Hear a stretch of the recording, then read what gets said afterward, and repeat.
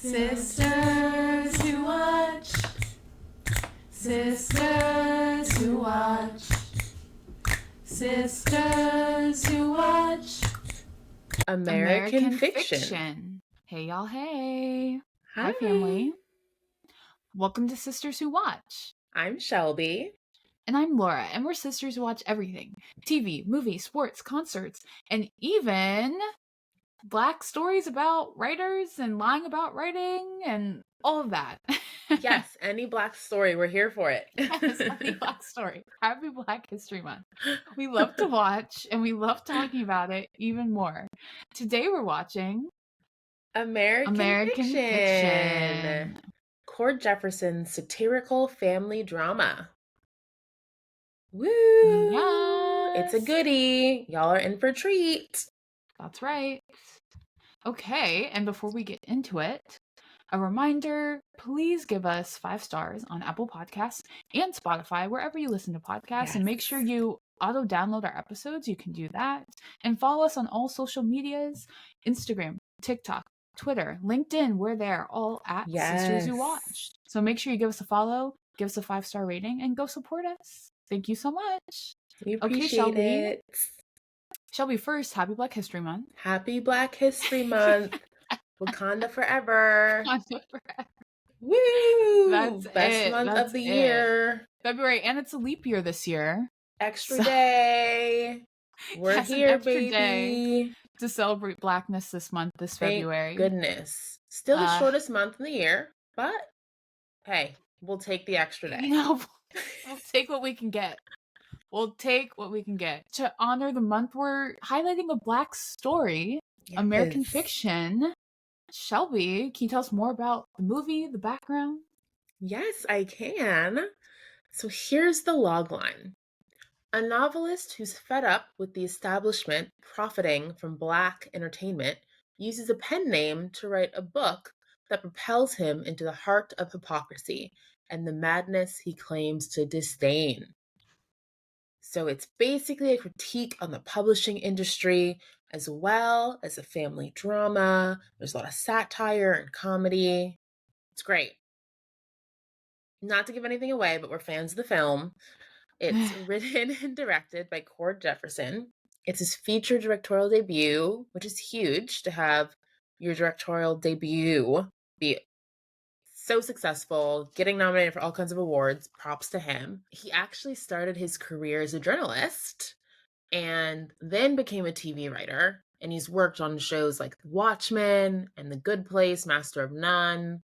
So really cool to see like his pivot from TV and journalism to now feature film making. Wow. Yes. It's the growth for me. And the film is based on the book Erasure that came out in the early 2000s. And the film premiered at the Toronto International Film Festival in September of 2023 and won the Audience Award. So that's when I first heard about it. You know, when you win the Audience Award, that's a big profile at one of those festivals. So immediately I was like, oh, I gotta see that movie. That's a movie I have to watch. And it was released theatrically by Orion Pictures, which is part of Amazon MGM Studios. And it's out now, people. So get your tickets. So you had heard about it from the Toronto Film Festival. Yes. What were your expectations coming into this movie? Well, because it had won the Audience Award, I was like, oh, so clearly this must be like a good movie, an entertaining movie. So I was excited, and I remember immediately like talking to our brother Jason about it, and we were like, yeah, we can't wait to see it. And then the trailer came out, and it was so hilarious. I was in New York at the time, and I remember watching the trailer with our mom and brother, and we thought it was so smart and witty, and I was like, okay. Writing down the day it comes out. It had like a limited release initially, and then went wider, but we all saw it as a family, and I was pumped. So I'd say I was excited because it won a festival award. The trailer looked really good. And then, of course, all the buzz that it was getting. Post the festival, getting nominated for awards. I was like, okay, this is definitely a movie that is on my list. What about you? Did you have any expectations coming in? I knew that you were excited about it and you told it Yes. me. And I remember you mentioned on the podcast maybe being like, another Black story that I'm excited about is American Fiction that's coming out. Or I just remember you recommended the movie to me. Mm-hmm. So I did not know much. I saw the trailers. The trailers were everywhere. Just like, Jeffrey Wright being this kind of preppy Black guy, and then trying to be like Bougie. this, this tough prisoner, ex-con. And you saw like the really funny trailer, and that's all I pretty much knew about it. The trailer did a good job at giving you a taste of what it's about, but then the movie just really kind of blows up your expectations of Yes. what you're thinking is going to happen. Our family's really into movies, everyone in our family. And we tried to see this in Mississippi with our, grandfather, uncle, but it wasn't showing there. Isn't that Yeah. wild? Yeah.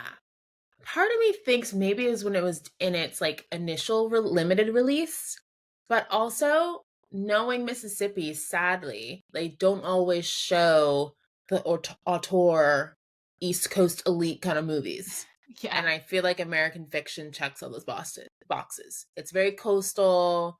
It's very like awards buzzy. So I can understand why they might think, oh, people in Mississippi don't want to see that. But they are wrong. I think people Yes, would go we see it. wanted to. We wanted to Yes. see it. So shame on them because we ended up not going to the movie theaters in Mississippi. There was nothing else we wanted to Right. see. So we ended up going to this small theater called the Jacob Burns Film Center in Pleasantville, New York. Shout out Westchester County. So that's where we Woo! went. It's a really great facility, and that was my first time seeing a movie there. Have you? It's interesting. I had heard so much about it, and I feel like we had been to like the Pelham Picture House and like other unique indie boutique theaters in Westchester, but I don't think we'd ever been to that one. So it was like cool to check that off the bucket list because it is a famous like theater in Westchester. They have a lot of screenings and events there. I know our mom went to like an Oscar party there. So they have a lot of events and I'd heard about it. So it was cool to finally make it. So they were showing American Fiction. That was one of the only places in the New York tri-state area in the suburbs that was showing it. So we saw it there. And Crazy when you think about it. yeah. I think I'm spoiled by LA because they literally show every single movie at every single theater. Like AMC will have American Fiction and Wonka and Beekeeper. Like it doesn't matter. So I could see whatever I want whenever I want. Yeah. Perks. La La Land. La Yeah. La Land.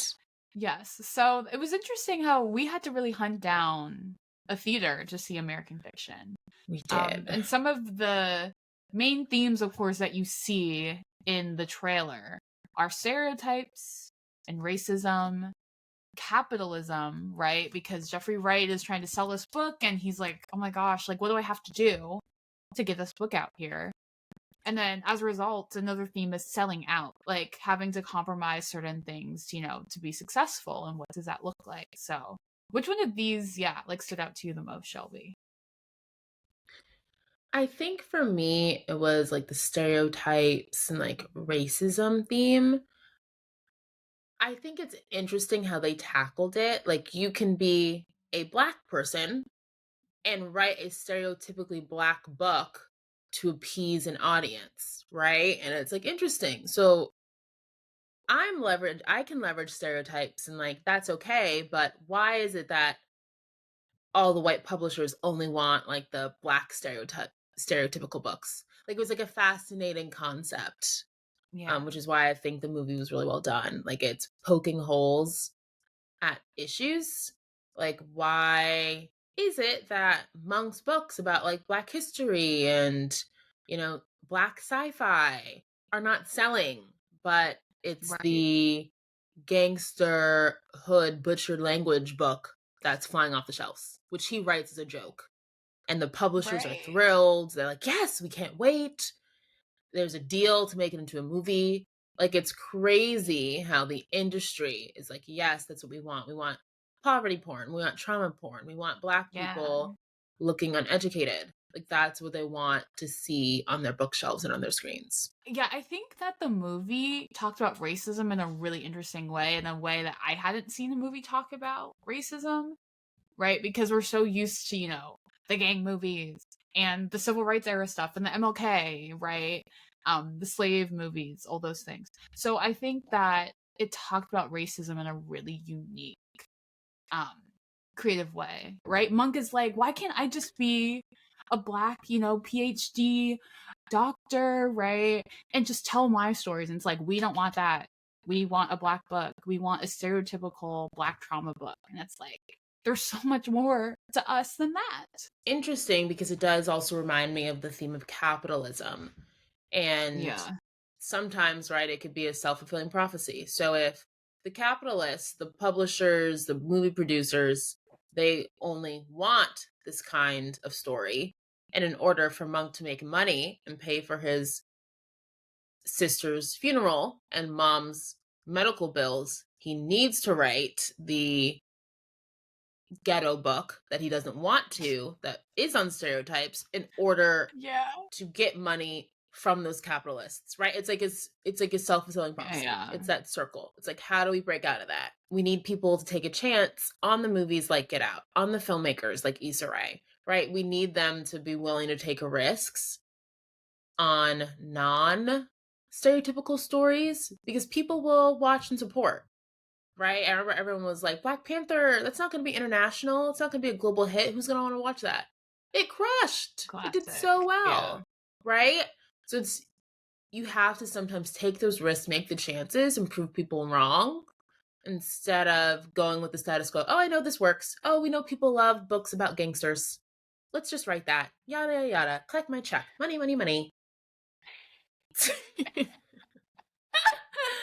We gotta break the capitalistic chain. Break them. Break them. I agree. And you see all of the capitalism and selling out tropes with Issa's character too. Sintara. Sintara. Shelby, what were some of your favorite moments from American Fiction? I liked any scene with Monk's agent, Arthur, played by John Ortiz. He was really funny, and it was like he was giving like a agent. Like he acted like what I thought a book agent would do, but he brought like good comic relief, because the movie, I would say, is surprisingly dramatic and emotional. I think in the trailers and marketing, they leaned into the comedy and the satire, which I think was smart, because that enticed people like us. But once you see it, you're like, oh, this is more of a family drama with like hints of comedy. So I think it was when you saw the agent or the publishers or like the very like book publishing scenes, that's where the comedy came in. Whereas when Monk was with his family, it was a bit more intense. And I agree, loved Arthur the agent. And I also loved every time Jeffrey Wright had to, act like Stagg R Leigh, right? Act like the prisoner. He had to like lower his voice. He had to like, the ex-con.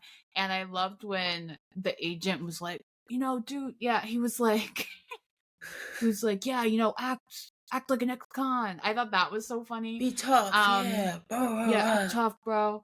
I loved that. I also really loved when Arthur the agent, he had, remember the alcohol bottles? Mm-hmm. He was like, I think it was Johnny Walker, that analogy. He was like, you could sell, all kinds of things. You can sell, the lower shelf brand, but you can also have the really, really expensive stuff, right? Mm-hmm. The really high quality things, but it's still the same person, the same product, but just different, different levels. And I thought that was an interesting analogy. Mm-hmm. Another moment that stood out was when Adam Brody, character Wiley, took out Jeffrey Wright to lunch, and Jeffrey Wright had to act like Stagg R Leigh, the ex-con, the whole time. That was hilarious. First of all, he looked nothing like what an ex-con would look like. So he should have dressed differently. He just did not give those vibes. And then when he was like trying to talk all tough, it just was hilarious. They all fell for the act. They ate it up. Somehow. These oblivious white people. Yikes. Similar to you, I was like, how is Adam Brody seeing this man and believing everything he's saying? There's no way. Right? But it's like he wanted to believe it so bad. He wanted to think, I'm having lunch with an ex-con. Oh my gosh. He's telling me his story. I'm going to make this movie. It's like he almost tricked himself to believe it because he wanted it so bad. Like, you could tell he felt cool. Like, oh my gosh, I'm talking to an ex-con. It's like, settle down, Adam. This is not the best thing to be celebrating. It's all a lie. It's all Literally. a lie. And what I liked about that lunch, remember the ambulance came by or the fire truck, and Monk was like, oh my gosh, that could be for my mom. So like ran across the street. But Adam Brody was like, oh my gosh, like I loved it. He heard sirens and he got scared. He just started running. Ran off. Hilarious. Oh, I love that. Was such a funny line. Yeah. So funny. That was good. Yeah, so again, I think the agent, Adam Brody, all of the like entertainment people brought the levity. And in terms of more like emotional scenes, I like seeing Monk take care of his mom, Agnes. He went from being all the way in California, working as a professor, kind of unhappily away from his family, to moving back home to take care of his family, especially his mom. And you could sense a change in him. Like, okay, yeah, I should be like taking care of my mom. So I like seeing that softer side of him. And then I also liked Lorraine, who was like their housekeeper and caretaker, seeing her get married to Maynard. First of all, we love Black love, and we also love seeing love later in life. It was giving Golden Bachelor energy, like Gary and Teresa. Of course. So I love seeing that, and it was nice seeing how it happened in their family home in somewhere on the coast of Massachusetts. It was very pretty, and it was great to see like a Black family like owning this home and being there to celebrate Black love. Like, I thought it was a nice moment. That was so heartwarming. Plus, you saw these older people who, you know, aren't, you know, twig 20-somethings, 30-somethings, like, you know, saw like real people, right, who found each other, and it just felt so genuine and authentic, and I just love seeing that really just wholesome love story in the movie. It needed a really sweet scene. Okay, what were some of your least favorite moments? So, spoiler alert, Tracy Ellis Ross's character, Dr. Lisa Ellison, dies in like the first 15 minutes of the movie. Crazy. Shocker. Did not see that coming. She was a doctor working in like a Planned Parenthood, and she was just gone through a divorce and was also taking care of her mom. And she was smoking. Like, it seemed like she had a lot going on. And then she ends up dying from a heart attack. So sad. Crazy. Because we love Tracy, love her energy, big fan. So it was tough. I was so excited to see her. And then, whoop, she was gone. So quickly and suddenly in the film. Quickly. And she was in a bunch of the trailers. It was just really unexpected. Did not see that coming at all. No. So yeah, that was tough for me just because I'm a fan. I understand the point of doing that in the movie, but as a fan of Tracy, I wished we'd seen more of her. So another least favorite moment for me is when Monk is selected to be on like the book festival jury. It's kind of like a diversity hire. Remember, they were like, oh yeah, we're looking for more Black people to be on this. Like, they were literally very shockingly specific that he was chosen because they needed more diversity for the book competition. And when all the reviewers of the jury were in a room together deciding what books should win the prize, you have Issa Rae character Sintara and then Jeffrey Wright Monk as the only Black people in the room. The rest of the reviewers are white. They're discussing Monk's fake book, My Pathology, and they're like, wow, it's so good. And Monk and Sintara are like, oh no, we don't think it's like worth being in a competition and winning. And they're like, no, we need to listen to Black voices. The irony that you have these Black people telling you that this Black book isn't good, and the white people are like, no, we need to listen to Black voices, was crazy.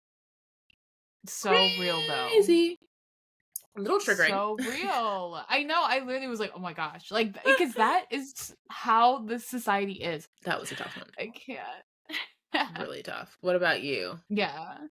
I agree. Monk was questionable a lot of this movie. I mean, the whole plot is like him just lying to everyone, right? And he meets Erica Alexander's character Coraline, and she was wonderful and, you know, a breath of fresh air. Mm-hmm. Monk treated her very poorly towards the second half of the film.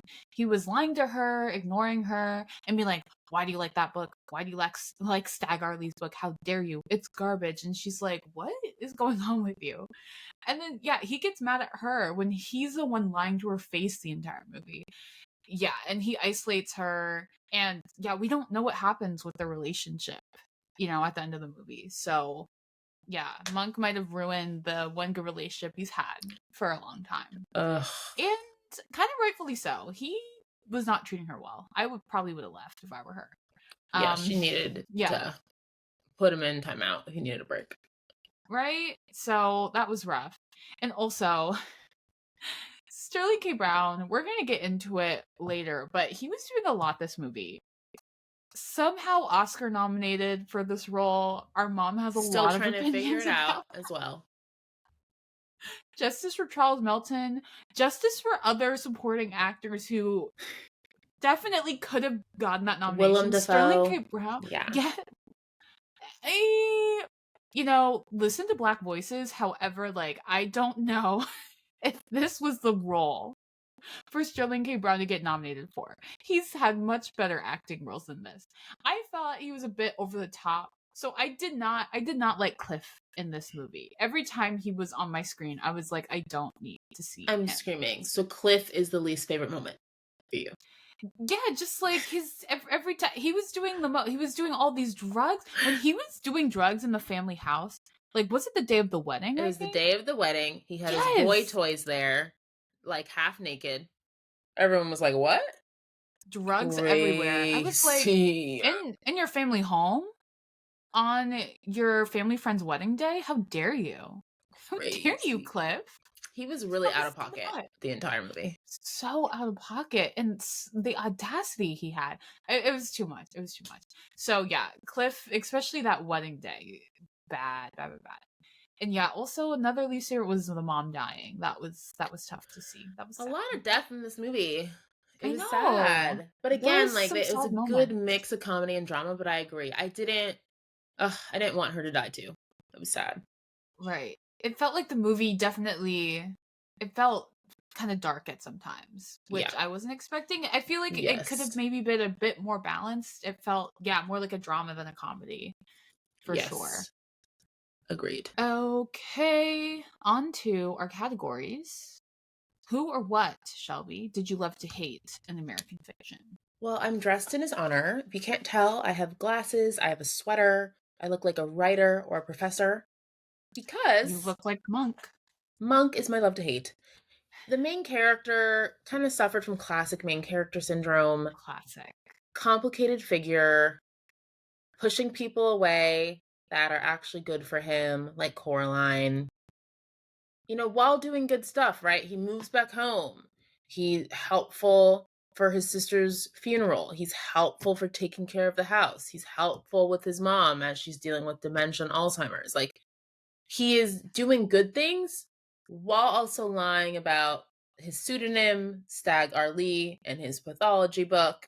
He's getting upset at people because he's upset that this is doing well when his other books didn't. Like, he clearly has a lot going on, so I have empathy. Yeah. But he definitely treated some people badly because he was dealing with stuff. He was projecting. Oh, yeah. Like, I think the whole demise of his relationship with Coraline was because he could not process Stagg R Leigh. Yeah, he was just mad at himself, right? And mad at his own situation. He lashed out on everyone else, and it was just, it was so annoying. I did not like him. He was just lying the entire movie. So yeah, I agree. He's in love to hate, for sure. I also have Issa Rae's character, Santara, and she was trying to explain, you know, why she wrote We's Lives in the Ghetto. The book the title, when she's reading that, I couldn't. That was also a really good scene. And you see that in the trailer. She's like, she's at like a book conference or something. It's so funny. Yeah. And she's like, Tommy, yo, Tommy, something like that. And you're like, what is going on? Yeah, Wee's Lives in the Ghetto, is the name of her book. And she was like, I'm writing stories that Black people enjoy. Like, she was trying to justify what she was saying, and I was like, I don't agree with what you're saying. I definitely agreed more with like Monk's take on her book. So yeah, she was very, polarizing, very flawed. What did you think of Sintara? I think she thought she was better than Monk because even though she was writing about experience she didn't know, she was doing research on it. She was like, I'm doing research.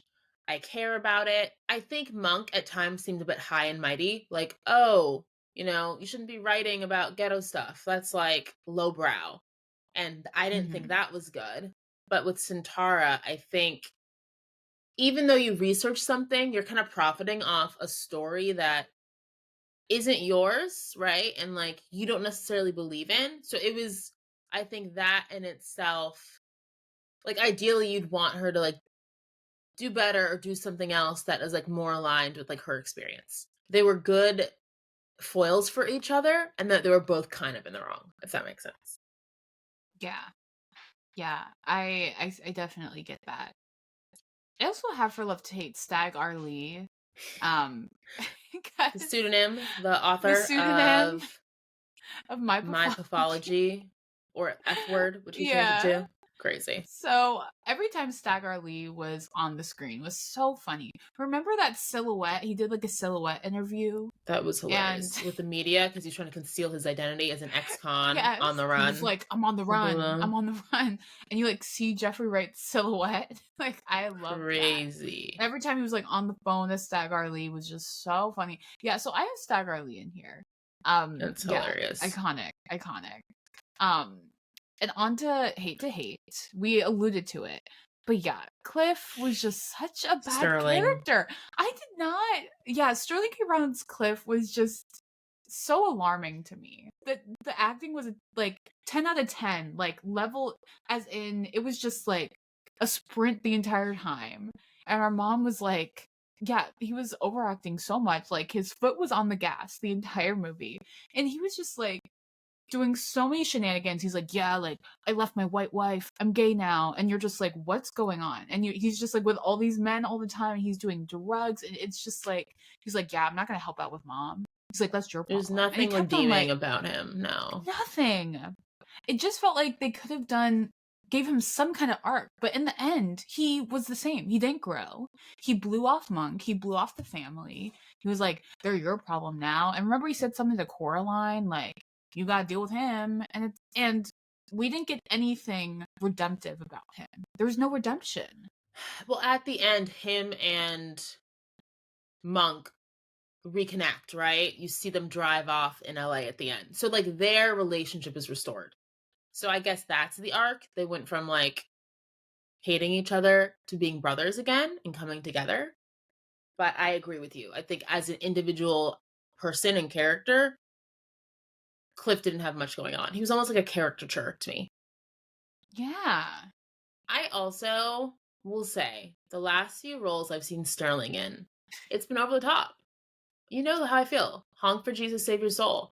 As like the crazy pastor. Yeah. It was too much. And now this. I'm like, can he play a normal character? Maybe that's not in him anymore. It's just a lot. He is a very strong actor. Like, loved him in This Is Us. Like, I'm a fan. But the last few roles have been a little much for me. But clearly it's polarizing. I remember we saw it with our family. Our brother thought Sterling was great. Clearly the Actors Guild and Academy think he's great because he got nominated for a SAG and an Academy Award. So we might not know what we're talking about. I guess not. Going off of that, I also, for Hate to Hate, I have the casting.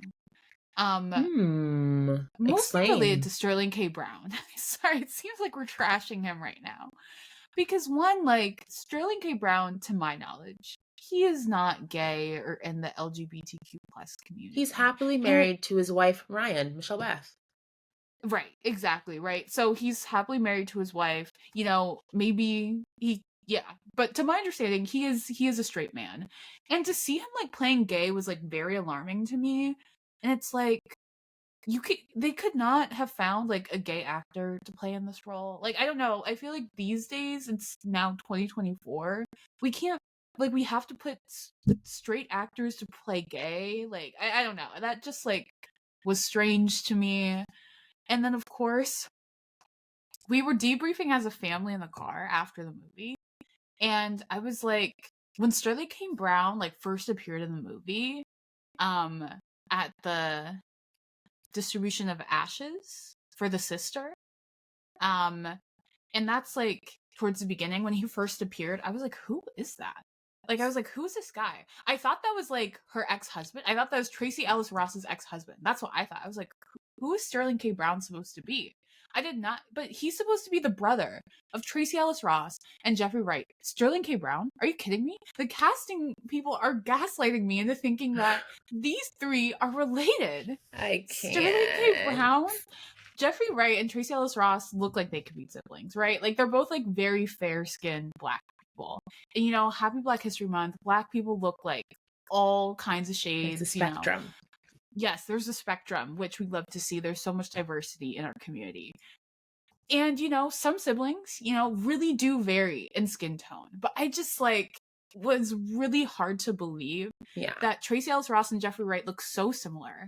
And then you have Sterling K. Brown, who was, like, 10 shades darker than them. I was like, what is going on? I just thought it was such a bizarre choice. I was like, you casted Sterling K. Brown to play gay, and he looks nothing like Jeffrey Wright and Tracy Ellis Ross. I did not understand the choice. That is my rant about Sterling K. Brown in the casting. Thank you for listening. Lord, and like, yes, thank you, Laura, for your TED Talk. Yes. Laura, I think you said it all. I'm aligned. Am I as passionate about it as you? Maybe not, but I agree that Sterling may not have been the best casting choice for the brother for a number of reasons, like you mentioned. I will say he said he was bisexual, so maybe like that's why they felt okay putting Sterling in the role, since he had been a straight man for so long. But who knows? Maybe there's something about Sterling we don't know, because he played a straight man wanting to play with boys in Honk for Jesus. So it's a pattern. It's a pattern. Let me not spread gossip. Okay. My next hate to hate are the publishers.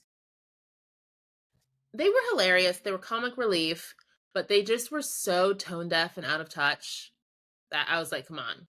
There's no way you would change a book title from My Pathology to the F word just because a author asked you to, because you're trying to appease this gangster. That's insane. But I think it showed, like, they were like, we gotta have this book no matter what, whatever he wants. They were so desperate to have another, like, poverty porn book that they changed the title. Bizarre. Yeah, very bizarre. There's no way that would actually happen. No way. Yeah, I agree. The guy from Only Murders in the Building, shout out. Yes, he was good. He was one of the publishers. He was. It's good to see him. Okay. So for Love to Love, you have Coraline, Erica Alexander's character. Yeah, she was the only, like, truly, like, neutral good character. I agree. Maybe besides Tracy Ellis Ross. Like, she was kind, she was empathetic, she was patient with Monk, and did not get the respect she deserved. So, no. she was a good character. Agreed. I will just give a shout out. I thought the casting in terms of selecting Black actors that have cultural resonance was really smart. Like Erica Alexander from Living Single, Tracy Ellis Ross from Girlfriends and Blackish, Issa Rae from Insecure. They had Keith David. I felt like they did a good job of like choosing like a culturally resonant Black cast. And I saw an Essence article that had Erica, Tracy, and Issa all on the front page cover talking about like Black women in TV and how they were able to come together for the movie. And they had been on all these iconic shows. Like, I love that. So I think, to give the casting one good thing, I liked the casting of the iconic Black people. Yes, for everyone except Sterling K. Brown, casting was an A+. The only thing I didn't understand was Sterling K. Brown. Anyways, I agree. And we talked about how we loved Lorraine, the housekeeper, and the wedding. I just loved how she just seemed like a real, genuine person. I don't like, yeah, she was a great character. I really liked her. Aligned. We'll also throw in Lisa, Tracy Ellis Ross's character. Even though it was short lived, I liked her in the movie. Yes, she had a really good, arc for the 5 minutes she was in it. Agreed. Yes. And I have to say, this movie was so unique and creative, and I liked how you saw the different endings for the movie that Jeffrey Wright was making. They showed like, oh my gosh, he's at the award ceremony, and Jeffrey Wright accepted the award for Stagg R Leigh's book, and one ending is like he gets shot and he's left like bleeding out, like Classic Malcolm movie. X style, classic. and they're like, it's Stagg R Leigh, we got him, and the police on the like run. shoot him up. I can't. That was so funny. So I love seeing different flashes on the different cuts to endings. Yes, I thought that was really cool. It felt like truly like a writer's movie. Like he thought about this. He was kind of inside baseball, like really clever, full circle. I agree. The ending was really well done and like super creative. And I was like, yeah, like this guy knows how to write. Like that's how I felt. Yes. Sometimes you can watch a movie and be like, who wrote this? But this one, I was like really impressed. Some other things I loved, the New England setting. I thought it was really beautiful. It was hard to tell. Is this Martha's Vineyard? Is this Cape Cod? But wherever it was really nice and scenic. Yes. And relaxing. And it was cool to see like bougie Black elite living their lives. You know, we love Black stories. And this was a different one that we don't see often. Yes, I agree. We love Black stories and creativity, right? Yes. As we talk about on this podcast, there's so many reboots and remakes and part 2s and part 5s and cliffhangers, and we loved how this was just a truly one-of-a-kind film that we had never seen before. Super unique take on, Black American history and what that looks like to be Black in America. Like, I've never seen a story like this, so we love to see it. Creativity, finally. Yes. Okay, Laura, it's game time. Red flag, green flag. 1, 2, 3. Question for you. Is it a red flag to lie for likes, i.e. Monk lying about his identity and past to write My Pathology? Or even, to bring in some pop culture, Hasan Minhaj lying about his background for jokes. Yikes. Yikes. I think this is a really interesting question. I personally think yes, it is a red flag, because I guess for Monk, I think for him, like, it really ate at his, at his psyche and at his soul, right? Yeah. And drove him to madness. So definitely for him. But I think it'd be different if it was like fiction, right? If he quote American fiction, hence the title of the movie, but he wrote it as like, this is a real story. I'm an ex-con, right? Whereas Issa Sintara, she was, she wasn't writing like, oh, this is my experience, like this is someone else. So I think posing that as your own is bad, so that's why I think Hasan Minhaj, I was such a fan of his. I mean, I wouldn't say I'm not a fan, but the fact that he lied about all his stories, not all of them, but a lot of them, I actually saw his stand-up in person when I was an undergrad in college. And he like told this story about how like an envelope of white powder was sent to his house. And he was like so freaked out, and like he was scared about his daughter, and his wife was like, you have to stop with this Netflix show. Like, you can't talk about like the Saudis and all these really famous, powerful people, because you're going to hurt our family. And to find out that story was fake is actually that's crazy. So alarming, because it was such a huge part of the set and his story, and he's like appealing it's not to okay. The audience. You're lying about danger. Yes, you're lying about real things. Oof. And it just makes me not like take him as seriously as an For artist. And I sure. have heard some people be like, who cares if he lies, right? Like, it's comedy. But I think his stories felt so personal, so I think for me it bothered me. So I think it's a red flag. I'm aligned. I think it's about the intention, like you said. Like, are you telling based on a true story? Are you telling a joke where you're talking about a personal experience and saying this happened to you? Because if you are and you're lying, that's not good. That's definitely a red flag.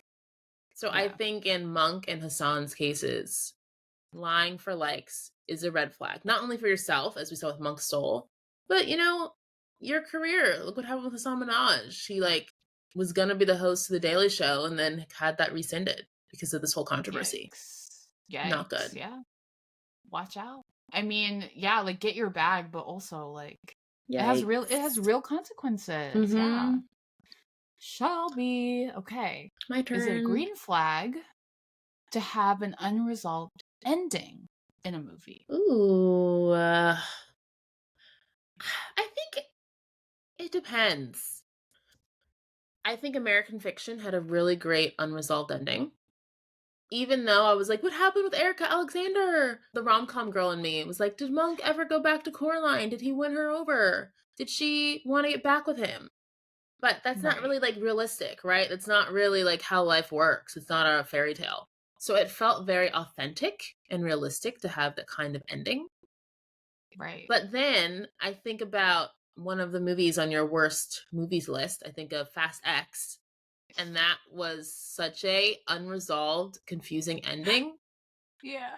I was like, I don't want to see this again. I don't want to No. learn more. This just annoyed me. And even we've talked about movies that have cliffhangers. That bugs me. So I do think it depends on how you how you write it. I think Yeah. American Fiction, green flag. Fast X and Spider-Verse, red flags. Fast X in general, just red flag, red flag. Yeah, I'm aligned. I'm aligned. Okay, Shelby. Overall, is American Fiction a wait or a watch? Hands down 100% watch. Super funny and original.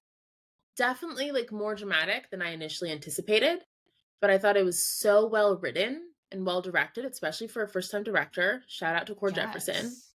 And I thought Jeffrey Wright was really great. I thought the acting, again, Sterling was a lot, but I thought the acting was really good in the movie. Love Yes. that Jeffrey Wright got nominated for an Oscar as well for Best Lead Actor. Amazing. And I'm just really impressed by the film as a whole. I think it's, like we said, witty, it's clever, and a truly a writer's movie. It's a cinephile's movie. I think movie Yeah. people will like it.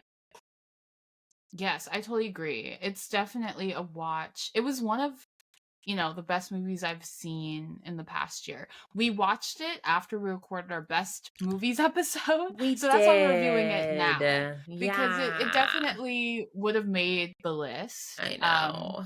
I think it's great if you love movies, if you love writing and creativity, then I think you'll really enjoy it. It's super unique. So I definitely recommend.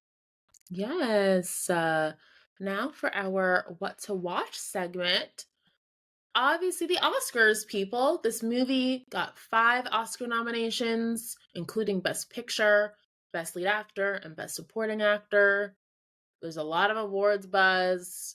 So you gotta watch to see what happens and see who wins. That's so unbelievable. 5 Oscar noms? That's such a big Amazing. deal. For Best a Picture? movie that Cord Jefferson wrote and directed in such a short amount of time. He apparently wrote it in a couple months. And this is his first Wow. time directing a movie. The story is unbelievable. Unbelievable. And I did listen to podcasts and watch videos about him because I was super curious about his career. So that's another thing I recommend. Listen to podcasts, watch his interviews to hear more about how he's a journalist, became a TV writer, and look now is an Academy Award nominated writer-director. You can't make it Wow. up. Unbelievable. I mean, I'm believing, I'm speaking it into existence. That'll be us one day. I receive it. Yes. Yes. So also I saw Rustin Oh my per gosh, you Shelby's did? recommendation. I did. I actually saw MLK Day. You know, Great happy Black movie for History Month. MLK Day. Yes, perfect for MLK Day. Because I've been meaning to watch it. I've been trying to watch all the Oscar movies. And yes, I saw Rustin on MLK Day. Perfect for the occasion. And perfect for Black History Month. So go watch it on Netflix. And Jeffrey Wright was also in that movie. And he did a great job. He's everywhere. He's just popping up. He played Adam Clayton Powell. He was great. And he transformed. Like, I remember I saw the movie and I was like, who is that actor? And I was like, oh my gosh, it's Jeffrey Wright. Like, he was really good. Love it for him. Unrecognizable. Having a moment. Yeah. And Coleman Domingo, nominated for an Oscar. Yes, one of my best, made my best movies list, truly because of his performance. Yes, I thought he was great. Yeah, so go check that movie out. Okay, well, if you enjoyed this episode of Sisters Who Watch, go give us 5 stars on Apple Podcasts and Spotify. Please. Subscribe to our YouTube channel. Go follow us on all our social media platforms, TikTok, LinkedIn, Instagram. We're Twitter. There at Sisters Who Watch. Yes, and we want to hear from y'all. Please DM us on social media. Comment on our posts. You can email us at sisterswhowatch@gmail.com. You can also respond to our Q&As and polls on Spotify. We are grateful for all of you and want to know what we should be watching next. Thanks so much, everybody. Thank you. Stay watching.